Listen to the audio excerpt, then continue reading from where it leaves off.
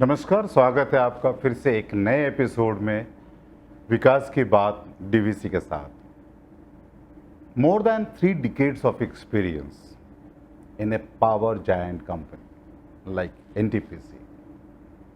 After getting so much experience, Mr.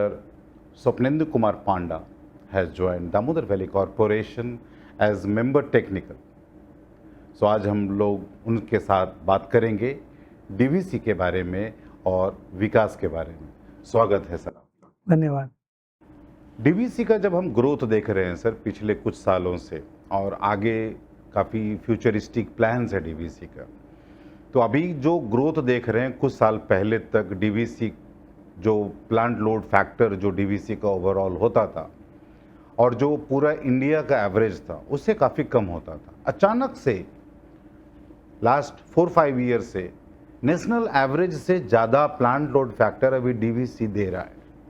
ये जो transformation हुआ, ये क्यों हुआ सर? इसके बारे में थोड़ा सा ऑडियंस को बताइए कि क्या क्या स्टेप्स लिया डीवीसी जिसके कारण हम लोग एनर्जी जनरेशन में काफ़ी तेज़ी से आगे बढ़े। डीवीसी एक ऐसा संस्था है जिसमें कि उसका जो स्ट्रेंथ है वो पीपल है, technical competency of the people. और हम आप सभी को पता है कि DVC in due course of time अपना टेक्निकल कॉम्पिटेंसी को अपडेट करने में सक्षम हुआ है। तो उसी दौर में हम लोग ये जानते हैं कि हमारा जो पहले जो प्लांट चल रहा था उसमें ओवरऑलिंग वगैरह नहीं हो पा रहा था। तो but in due course of time जब हमारा प्लान्स का ऑडिट बाहर के एक्सपर्ट द्वारा कराया गया, सेंट्रल गवर्नमेंट, स्टेट गवर्नमेंट जो बेस्ट और प्रोफेशनल्स है जो हम लोग को कंसल्टेंसी देने के लिए आए, एनटीपीसी से भी लोग आए थे। हाँ, एनटीपीसी से, सीबीआईपी से। तो आज का समय का साथ में हम लोगों को चलने के लिए जो मौका मिला, हम लोगों को आइडियाज मिला कि बाकी अच्छे कंपनी में कैसे what best practices they adopt. Because मुझे ये पता है कि दामोदर वैली कॉर्पोरेशन में टेक्निकल कॉम्पिटेंसी का भरपूर है। लोग अच्छे लोग हैं, टेक्निकली कॉम्पिटेंट है। बस एक प्लेटफॉर्म चाहिए था जिस प्लेटफॉर्म का द्वारा हम लोगों ने पीएलएफ अपना इम्प्रूव कर सकें। कैसे? जैसे कि ओवरऑलिंग करना है हम लोगों को, बेस्ट प्रैक्टिसेस अडॉप्ट करना है, और जो ऑपरेशनल एफिशिएंसी है जो हमारे इंजीनियर्स को टेक्निकल ट्रेनिंग का द्वारा हम लोगों ने उसको इम्पैक्ट कराते हैं। लेकिन मैं इसी संदर्भ में बोलना चाहूँगा कि हम लोगों ने कुछ ही दिन पहले O&M कॉन्फ्रेंस कराए थे जिसमें कि West Bengal power development corporation का लोग आए थे, सीईएससी से लोग आए थे, एनटीपीसी से लोग आए थे। तो सभी का जो है ना, सभी ऑल एक्सपर्ट्स जब हम लोगों ने पावर प्रोफेशनल्स मिलकर बात करे किए, तो उसमें टेक्निकल जो बेस्ट प्रैक्टिसेस है उसका एक्सचेंजेस हुआ। तो हमारा टीम मेंबर्स का उसमें उसी दौरान जो उनका जो दूसरा कंपनी का जो बेस्ट प्रैक्टिसेस है उसको अडॉप्ट करने का मौका मिला हम लोगों को। तो ये सब चीज़ ऑडिट, टेक्निकल ऑडिट होता है हमारा, तो उसका द्वारा आज सिस्टम्स का ऑडिट होता है, आज डाइक का ऑडिट करते हैं हम लोगों ने। इसी का द्वारा हम लोगों ने क्या-क्या हम लोगों को कमियाँ हैं, जो गैप हम लोगों का बचा हुआ है, तो उसको हम लोगों ने कम करने के लिए कोशिश करते हैं। हर एस्पेक्ट में जो प्लांट के ऊपर होता है उसका वेल डिफाइन हम लोग एसओपी बनाए, हर समय मतलब टाइम टू टाइम कैसे प्रिवेंटिव मेंटेनेंस उसका जो मॉनिटरिंग है ये सब स्ट्रॉन्ग किए, ओवरहॉलिंग टाइमली हो जाए, ये सब भी जब हम लोग ध्यान देना शुरू किए तो प्लांट लोड फैक्टर में हम लोग आगे बढ़े। एब्सोल्युटली।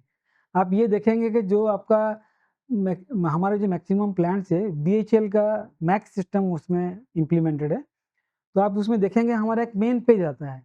सो मेन पेज में हम लोगों ने ऑल क्रिटिकल पैरामीटर्स जिसको कि हम लोग मॉनिटर करते हैं, ऑपरेशन का लोग मॉनिटर करते हैं, तो वो सब लिख दिया हुआ है।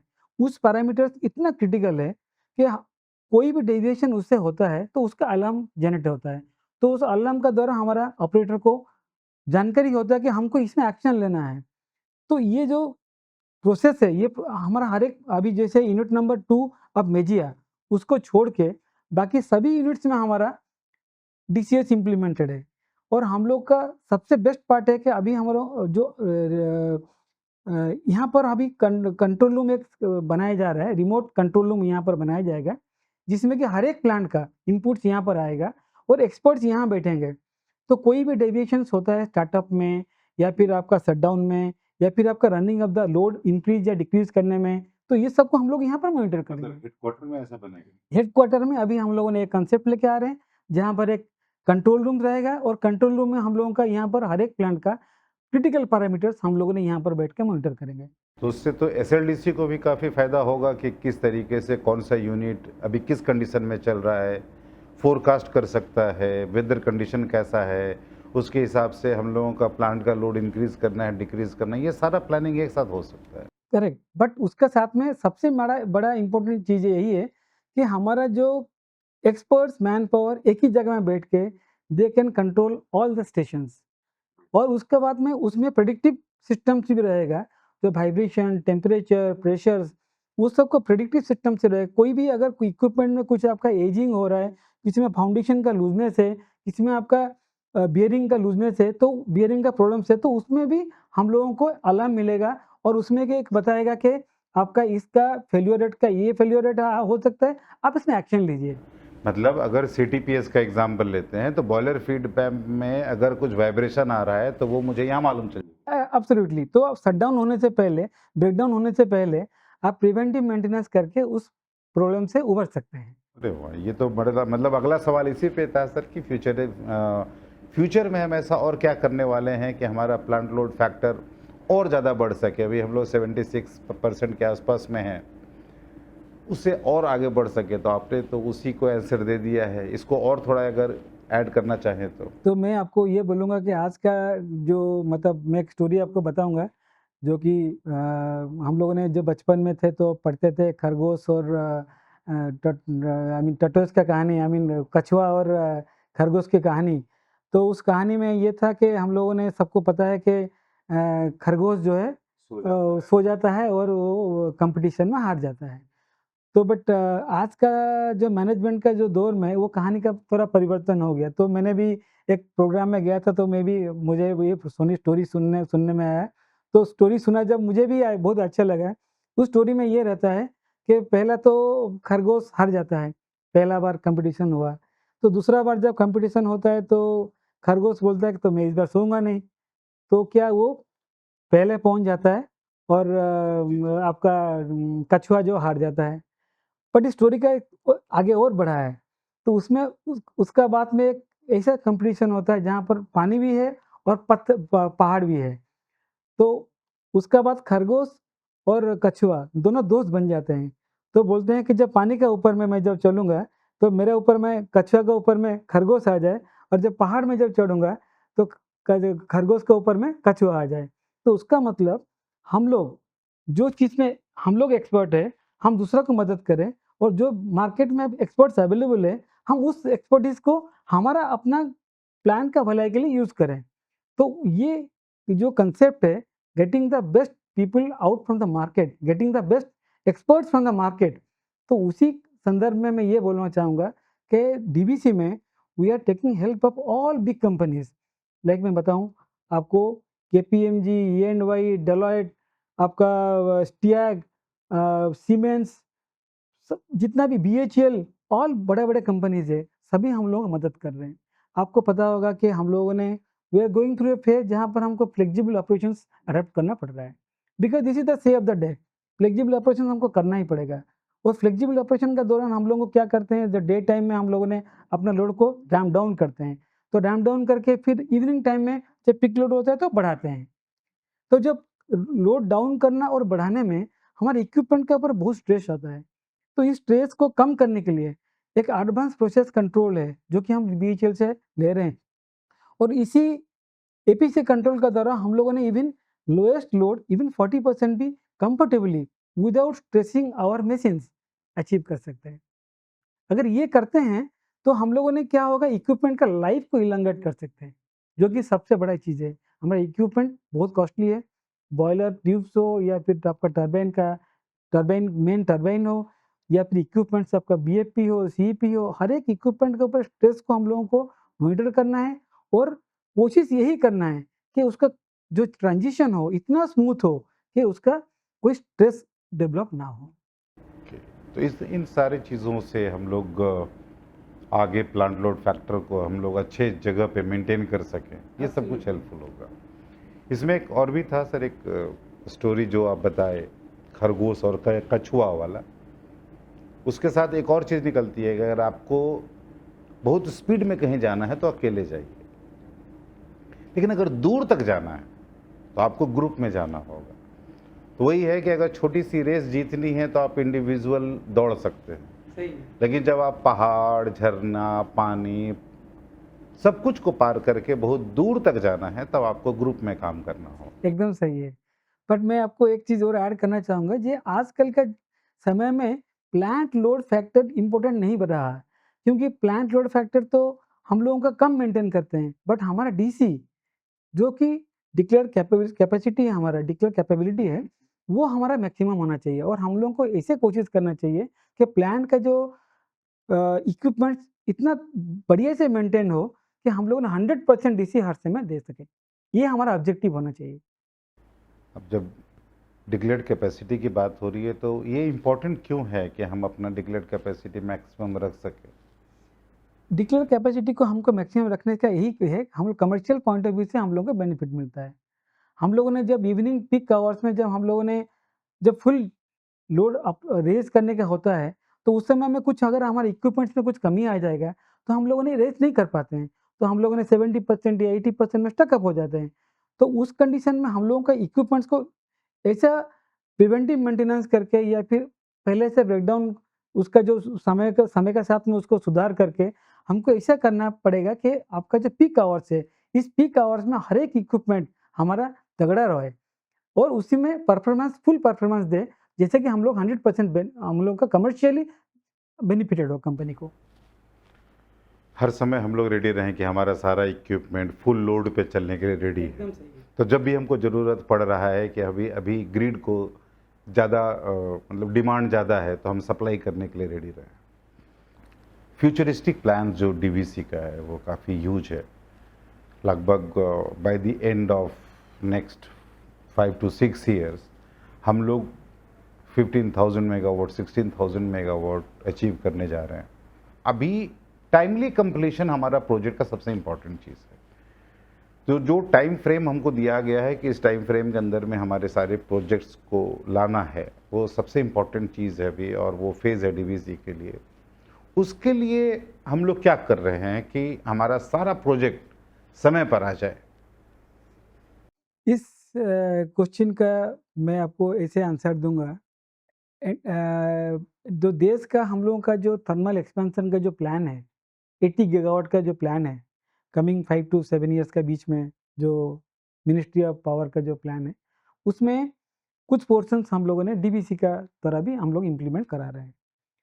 जैसे अभी आपको पता होगा कि कोडरमा, रघुनाथपुर, दुर्गापुर और चंद्रपुरा, ये चारों प्लांट में हम लोगों को परमिशन मिल गया है। कोडरमा और रघुनाथपुर में काम शुरू हो गया है।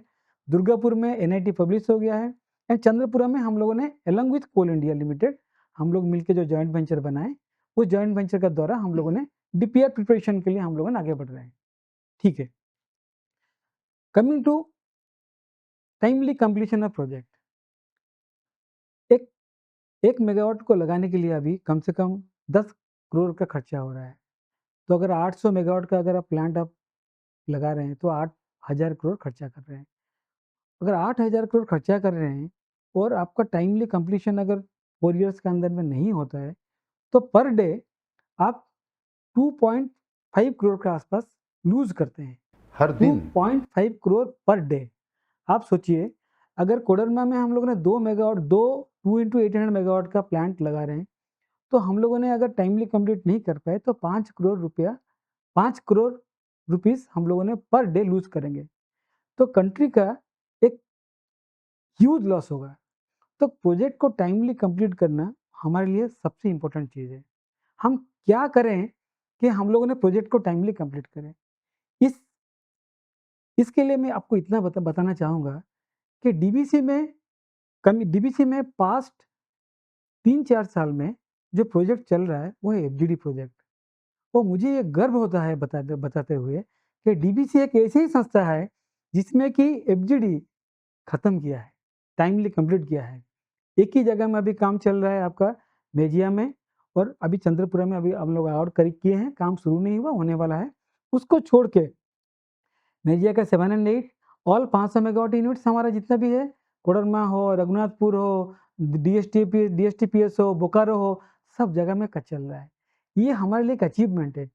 उसका ये मतलब है हमारा डीवीसी का प्रोजेक्ट ओरिएंटेशन है, और उसी को स्ट्रेंथन करने के लिए हम लोगों ने अभी क्या कर रहे हैं, we are utilising the help of best companies, उसको फ्रंट टाइम ले दे।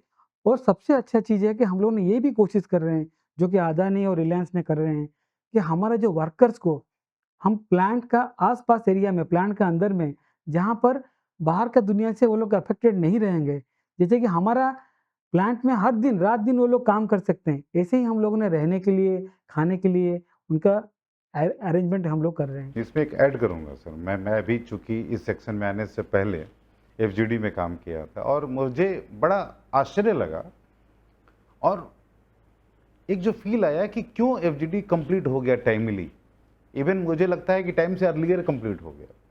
हर दिन, every day, after completion of the work at site, मतलब प्रोजेक्ट डिपार्टमेंट और कॉरपोरेट मॉनिटरिंग ग्रुप एमटी साहब के साथ बैठकर, उस वक्त जो एमटी साहब थे, डेली मीटिंग होता था और हर दिन का प्रोग्रेस रिपोर्ट। जब इस तरीके से मॉनिटरिंग होने लगे तो हम लोग भी साइट पे जो लोग काम कर रहे थे वो हर समय अंडर प्रेशर रहते थे कि आज का आउटपुट क्या हो गया। तो हम लोग इतना प्रेशराइज रहते थे कि आज एक आउटपुट तो दिखाना ही होगा।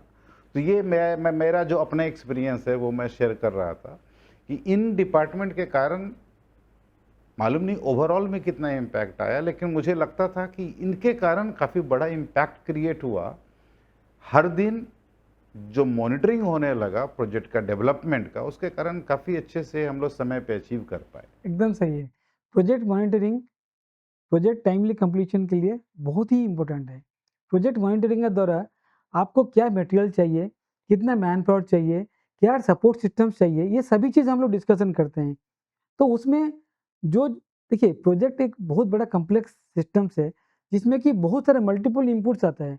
तो मल्टीपल इनपुट्स को मॉनिटर करने के लिए आपका पास में एक साइंटिफिक वे में एक प्रोजेक्ट मॉनिटरिंग होना चाहिए, ग्रुप होना चाहिए। तो जो कि आपको हर एक समय में इनपुट देता रहे, तो उसके बाद आप एनालिसिस करके आप देखिए कि आपका गैप कहाँ पर है जिसमें कि आपको अटैक करना पड़ेगा। Timely available of the material, आपका मोबिलाइजेशन सही तरीके से हो, और अच्छे-अच्छे जो कि टेक्निकल वेंडर्स, जो कि अच्छे कॉम्पिटेंट वेंडर्स है, उनको टैप करना है। जैसे हाई प्रेशर वेल्डर्स हो गया, हाई प्रेशर आपका ये अच्छा रिगर्स हो गया।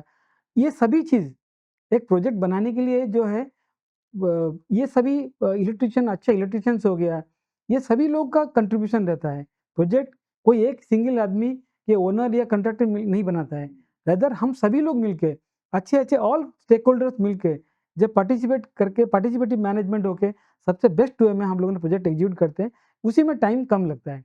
और ओनरशिप सबका होना चाहिए, क्योंकि कंपनी हमारा है। Every day we lose huge amount of money. अगर मन में सबका रहेगा, तो हम लोगों ने कोई भी प्रोजेक्ट को टाइमली कंप्लीट करने में मदद करेगा। और हर दिन जब इतने हाई लेवल से मॉनिटरिंग होता है तो फील्ड में भी छोटा छोटा प्रॉब्लम, अगर वो एग्जीक्यूटिव लोग हैं जो एग्जीक्यूशन में लगे हुए हैं, अगर उनको कोई इशू आता है, छोटा भी इशू, और उनको उसको सोल्यूशन नहीं मिलता है, तो हर दिन जब मीटिंग होता है तो उसका सोल्यूशन उसी समय मिल जाता है। ये काफ़ी अच्छा स्ट्रैटेजी था। तो होपफुली आगे आने वाले सारे प्रोजेक्ट में इसी तरह का स्ट्रैटेजी होगा जो हम लोग उसको जो प्रोजेक्ट हम लोगों ने प्रोजेक्ट का कॉम्पिटेंसी डेवलप किए हैं एचडीडी काम करने के लिए, वही सेम कॉम्पिटेंसी को यूज़ करेंगे हम लोगों ने कमिंग डेज के जो प्रोजेक्ट के लिए हम लोग यूज़ करेंगे। एंड मुझे ये कहते हुए, क्योंकि ब्राउनफील्ड प्रोजेक्ट्स में आपका एक बाउंड्री के अंदर में आप काम करते हैं, तो उसमें क्या है, आप लोगों का जो वेरिएबल्स है, जो अनसर्टेनिटीज है, थोड़ा कम हो जाता है। जो अनसर्टेनिटीज कम होने से आपको आउटपुट आपको जल्दी मिलता है, क्योंकि आपका आईआर इश्यूज नहीं रहता है, लैंड एक्विजिशन जो कि सबसे टाइम टेकिंग और कम्बरसम एक्टिविटी है, वो नहीं रहता है। तो आप एक एरिया डेवलप करके, लेवलिंग ग्रेडिंग करके आप एजेंसी को दे देते हैं, भाई आप काम शुरू करिए।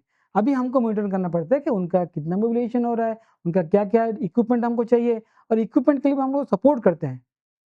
अदर डिपार्टमेंट्स में है, यस। उनका कोई ड्राइंग अप्रूवल रुका हुआ है, मटेरियल इंस्पेक्शन रुका कोई हुआ भी है। प्रोजेक्ट एग्जीक्यूशन के लिए सबसे इम्पोर्टेंट चीज़ होता है इंजीनियरिंग होता है, जो कि बेसिक ड्राइंग्स हम लोगों को डेवलप करते हैं। देन आपका सीएंडएम होता है, जो कि कॉन्ट्रैक्ट्स टाइमली एग्जीक्यूशन टाइमली हम कॉन्ट्रैक्ट अवार्ड करना है। देन प्रोजेक्ट का जो लोग होते हैं, प्रोजेक्ट का एग्जीक्यूशन के जो लोग होते हैं, देन आपका जो कमीशनिंग का लोग होते हैं और क्वालिटी का लोग होते हैं। क्वालिटी इंश्योर करने के लिए जो इंस्पेक्शन करना है, क्वालिटी में इंश्योर करना है, ये सब चीज़ सभी stakeholders all stakeholders लेके देन आपका एचआर फाइनेंस भी एक मेजर रोल प्ले करते हैं बिकॉज एचआर का काम होता है आपका गेट पास बनाना, आपका हेल्थ एंड सेफ्टी हेल्थ और मेडिकल हेल्थ उनका सभी वर्कर्स का इंश्योर करना है। फाइनेंस का काम होता है कि टाइमली पेमेंट करना है और एक इम्पोर्टेंट चीज़ है सेफ्टी। सेफ्टी एक ऐसा एस्पेक्ट है जो कि आप अगर सेफ वर्क एनवायरनमेंट क्रिएट करते हैं तो उसमें क्या है हर एक वर्कर कंफर्टेबली काम करता है। तो उसमें जब वो देखता है कि मेरे पास में सेफ्टी प्रिकॉशंस है, सेफ्टी का सभी औजार हमारे पास में पीपीईज अवेलेबल है, तो बेफिक्र होके वो काम करते हैं, तो उसमें अच्छा आउटपुट निकलता है। तो हर एक काम करने से पहले हमारा जो यहाँ कंसेप्ट है कि टीबीटी करना है, आपका पेप्टा करना है, आपका वर्टिको टेस्ट हमारे हम लोग का बॉयलर में या फिर कोई भी हाइट एक्टिविटी जो भी करते हैं डीवीसी में, तो हम लोगों ने उनका वर्टिको टेस्ट करते हैं। तो एक healthy mind and healthy body हमारा प्लांट के प्रीमाइसेस में जब काम करता है, आउटपुट जल्दी मिलने वाला है और आउटपुट डेफिनेटली अच्छा मिलेगा। काम करते हैं वो खुश होकर काम करते हैं, उनके ऊपर कोई कंपल्सन नहीं होता है। की ज़रूरत है। एक और सर फील्ड है हम लोग का, जैसे हम लोग एनर्जी तो जनरेट भी करते हैं, साथ ही साथ ट्रांसमिट भी करते हैं, मतलब 400 केवी से लेकर 33 केवी तक, और अभी तो 11 केवी पर भी हम कंज्यूमर को दे रहे हैं। तो इतना सारा जो नेटवर्क है उसमें क्या एफिशिएंसी हम इम्प्रूव करने जा रहे हैं और क्या क्या हम लोग का उसमें ग्रोथ प्लान है? सिस्टम एक ऐसे एरिया है हमारा जिसमें कि ट्रांसमिशन लाइन्स, सबस्टेशंस सभी को रिवैम्प करने के लिए हम लोगों ने अभी कमिंग 5 इयर्स में प्लान कर रहे हैं बिकॉज़ हमारे जो सिस्टम्स है, जो लाइन्स है, वो करीब 50 साल 40 से 50 साल का उसका एज हो गया है। तो in due course of time technological upgradation जो हुआ है, उसका साथ हम लोगों ने ये लाइन्स को चेंज करने के लिए विथ एसटीएलएस कंडक्टर, हमारे सबस्टेशन को अपग्रेड करने के लिए, इक्विपमेंट अपग्रेड करने के लिए, तो we are taking help from GE, we are taking help from Siemens, we are taking help from PRDC, तो और पीजीसीआईएल हमारा जो टैंप्स करने के लिए हम लोगों ने पीजीसीएल के साथ में टाई अप किए हैं, तो वो रिकमेंड करेगा हम लोगों को क्या-क्या हम लोगों को डीपीआर बनाएगा, हमारे साथ में कॉन्ट्रैक्ट डॉक्यूमेंट फाइनलाइज करेंगे कि कैसे हमारा सब सिस्टम को स्ट्रेंथन करने के लिए हम लोगों ने क्या-क्या करना चाहिए। तो we are tapping the best available agencies of India, of world to get our system strengthen. Coming 5 साल में हम लोगों ने 1800 करोड़ का खर्चा करने का प्लान किए हैं। इस 1800 करोड़ 2500 करोड़ हो जाएगा। पर ये हम लोगों को अच्छा रिटर्न और अच्छा सस्टेनेबल पावर पहुंचाने के लिए हमारा कंज्यूमर्स का पास में हेल्प करेगा हम लोगों को। तो ये थे हमारे member technical Damodar valley corporation के श्री स्वप्नेंदु कुमार पांडा सर। आपको कोई भी सवाल हो जो हम फिर इनसे अगली बार जब मिलें और आप चाहते हैं कि ये सवाल इनसे करें, तो कमेंट सेक्शन में ज़रूर लिखिएगा। सर आपने अपना कीमती समय निकाला, उसके लिए सर पूरे कॉरपोरेट कम्युनिकेशन की टीम की ओर से सर काफ़ी बहुत बहुत धन्यवाद सर। Thank you sir. धन्यवाद सिन्हा जी, बहुत-बहुत धन्यवाद।